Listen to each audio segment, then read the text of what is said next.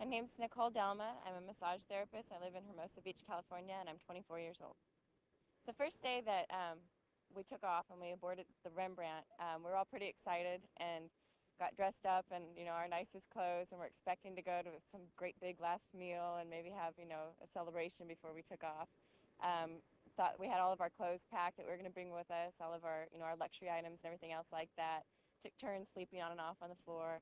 Some people got a little bit seasick, but we were still lighthearted and everyone was smiling at each other. Then before we knew it, we were jumping ship in the water and the game had begun, and it was a huge shock.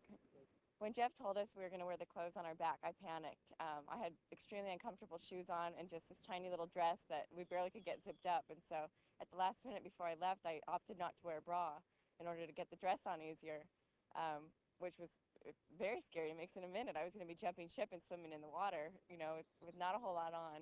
And God knows what we'd be doing, hiking, climbing, hunting, going through the physical challenges. And this is not, suitable attire for any of those things.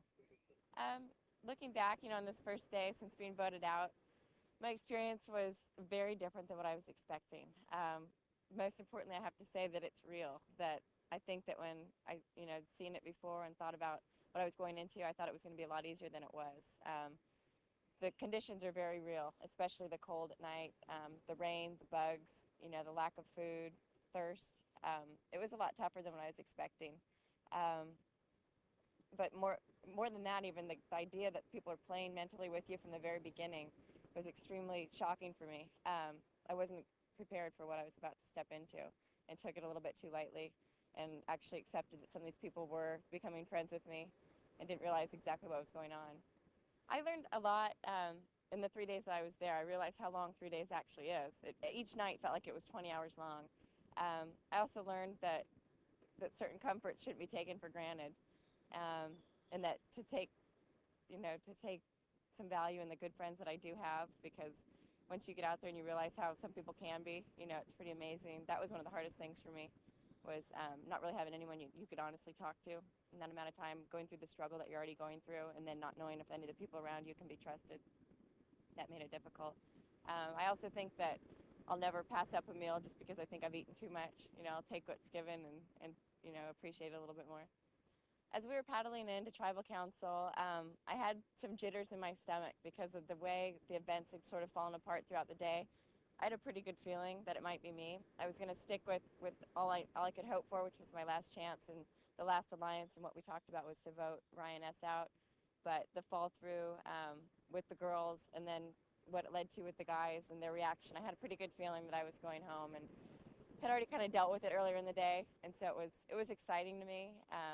I was running through my head how I was going to walk out, thinking if I was going to leave, but it was very dramatic. Jeff seemed to be very observant in some of the things he pointed out. He seemed to have a pretty good finger on who was where and what was going on. When I first saw my name, I felt a little bit like I'd been duped, a little bit of a shock, because although I knew it was going to happen, I was overwhelmed that it was a reality. I thought at least some of the people would have stuck with what we'd agreed in earlier in that day. It hit me that there must have been a lot more talking going on than I was aware of, and that I was maybe feeling a little bit more secure than I should have been feeling earlier in the day.